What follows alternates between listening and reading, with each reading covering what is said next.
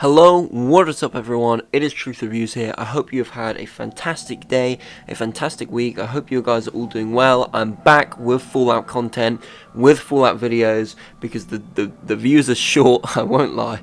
But nonetheless, I am back with Fallout stuff, and before we get straight into the topic of the video, I would just like to ask if you would all give me a subscribe. I'm trying to reach 600 subscribers by the end of the month, so it would be greatly appreciated, with the bell as well. Did you know only 1% of my subscribers are returning viewers? So that means 99% of you watching this video will be unsubscribed, so please do subscribe if you feel like it. Anyway guys, I've taken up enough of your time, enjoy the video.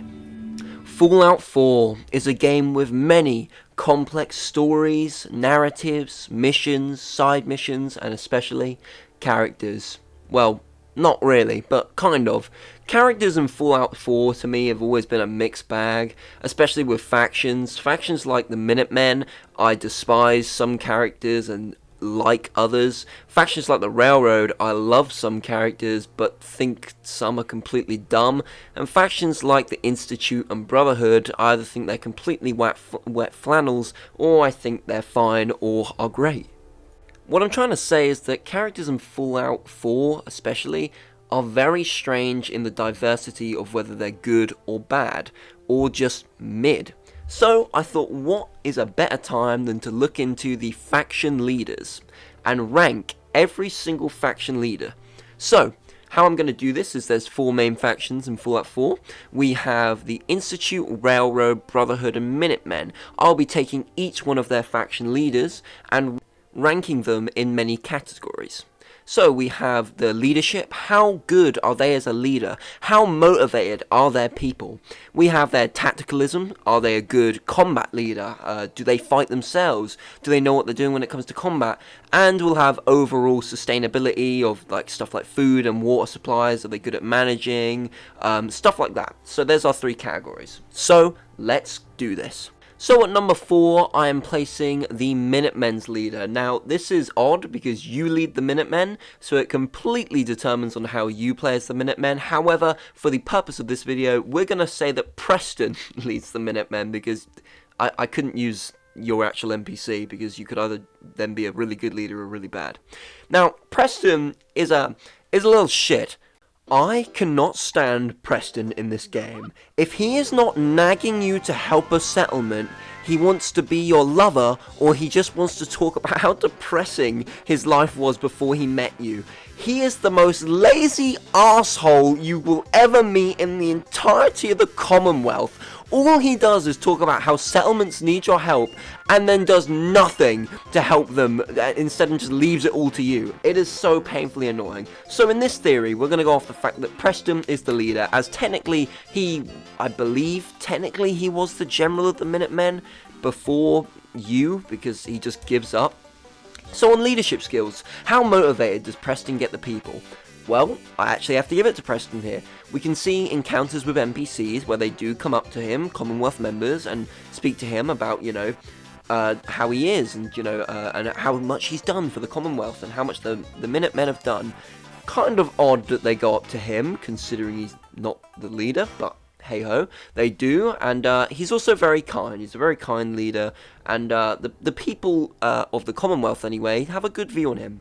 When it comes to the Minutemen, they really couldn't give 2 shits about him, which is fair enough, because they're more focused on you, but you'd think the second-in-command, I'm going to call him the second-in-command because he was the last general, you'd think they'd care a little bit more about him.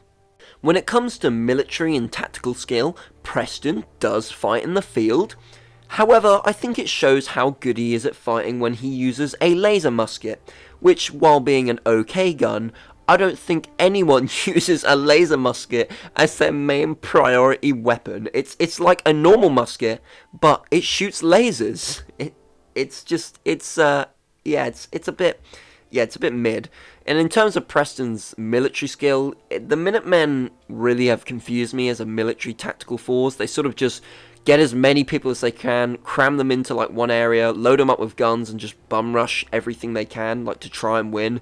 They have no real tactics. There's no tactical units. There's no heavy Minutemen. It's all the same.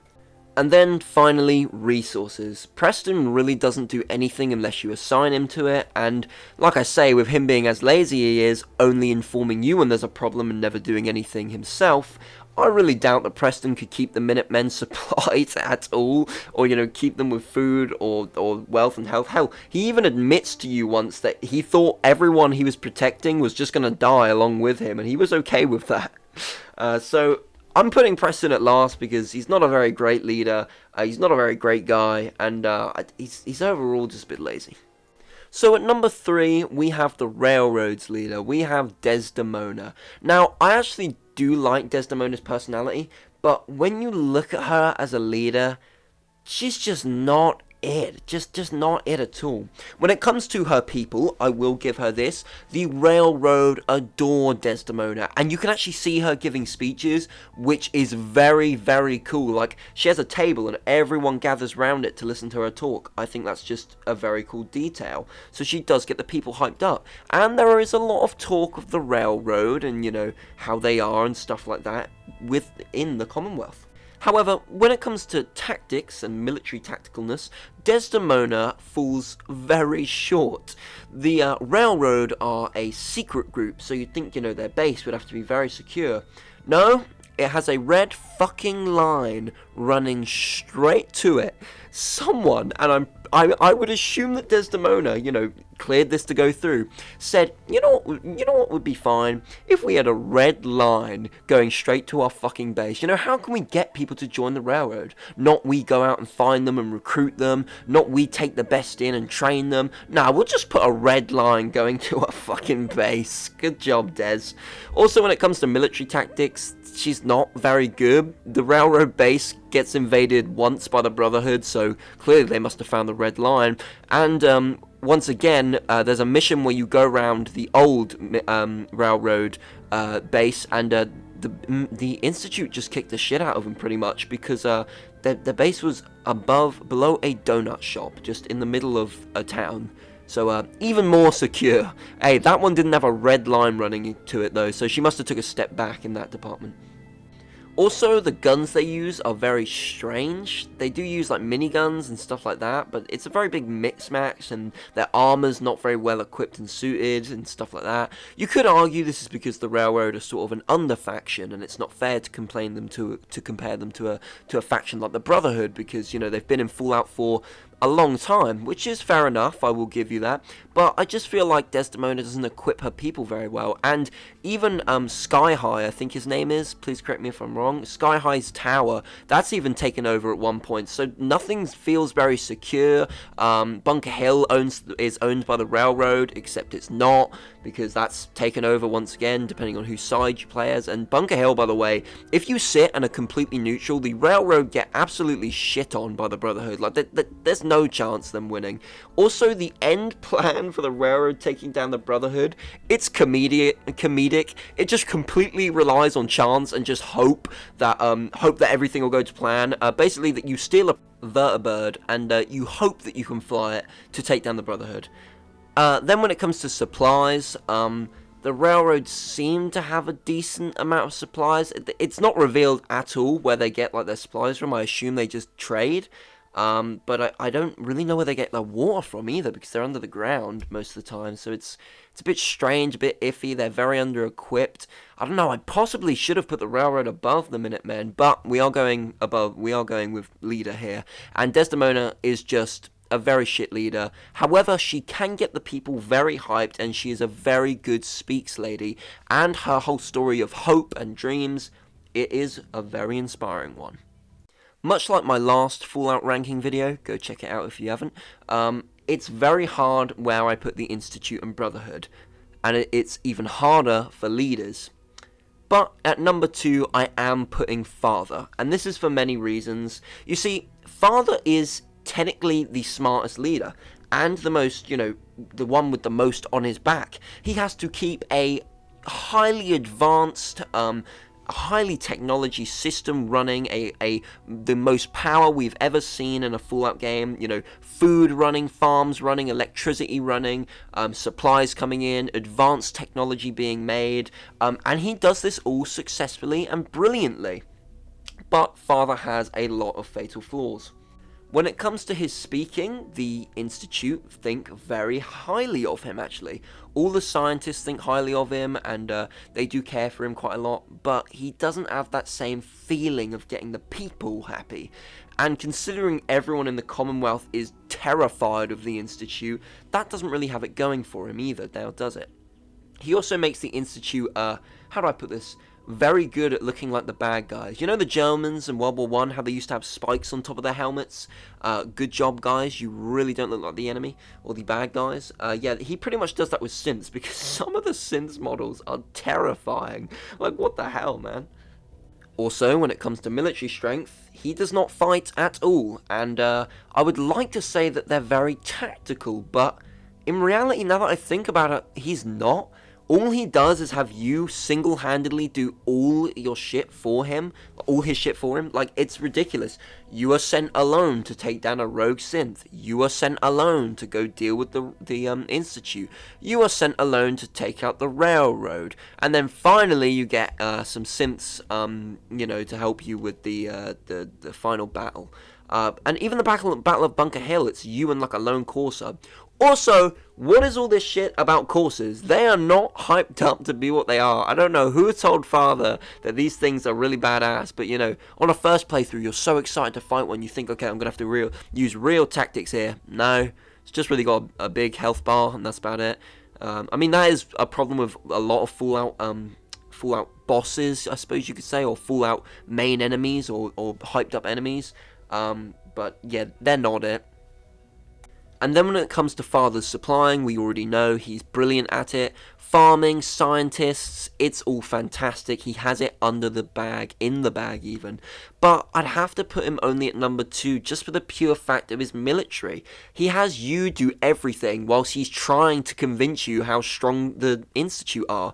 If your courses are so strong, why can't they do the shit you're sending me to do? It's not difficult. It's very frustrating and just overall a bit of a pain in the ass. At number 1, I'm placing the Brotherhood's main faction leader, Elder Maxson. Elder Maxson is badass, and I believe he made his first appearance in Fallout 3. He's in Fallout 3. And he is fantastic in this game. When it comes to the people, the Brotherhood love him. They have no doubt in him. They have no doubt of anything. And that's another thing I forgot to mention with the Institute. They don't all love him because Father blindly appoints you as leader straight after him, and he has no reason to.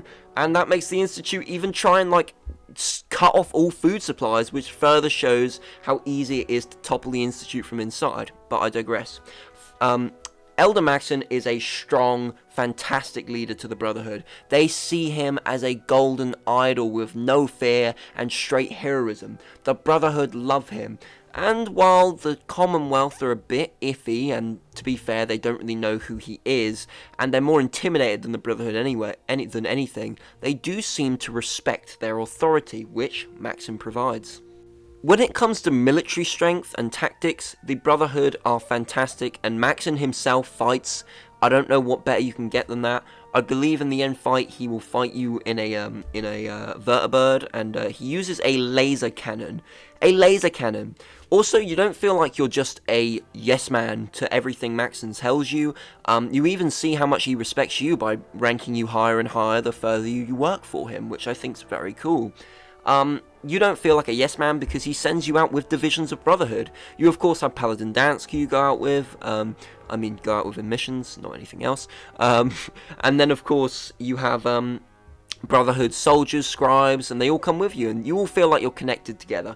So military strength, the Brotherhood have many tactics. They have knights, they have paladins, they have recruits that they all use in different ways, heavies, all stuff like that. Now, while I thought food and supplies would be Maxson's downfall, I actually don't think that, because Maxson does a very good at keeping his food and supplies. Now, while I believe it's the captain who tells you about the person who's been stealing supplies, Maxson's clearly brought it up to the captain and let him know, or the captain has clearly brought it to Maxson to tell him. I mean, I don't see why he wouldn't. So, it's just a normal thing to do. So Maxson clearly cares about his food and supplies coming in. I think you can see from the dock bay of food and supplies that he's very good at distributing and making sure his men are fed. I mean, hell, he has a bar on top of the Pribwin, like, and half the time it looks like half his bloody army's in there. So, you know, is what it is, I suppose.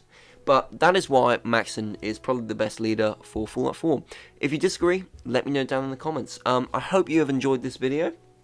Let me know what you think. Like I say, only 1% of you watching this will be already subscribed. That's not even a joke. Looked at my analytics and it's true. So I don't think it's a lot to ask for a subscribe. Also, the bell would be nice so we can get that number down a little bit. Thank you guys ever so much for watching. If you liked the video, leave me a like. If you didn't, leave a dislike, tell me why. And if you disagree or agree with my list, tell me why. Thank you guys ever so much for watching, and I will see you all in the next one. Peace.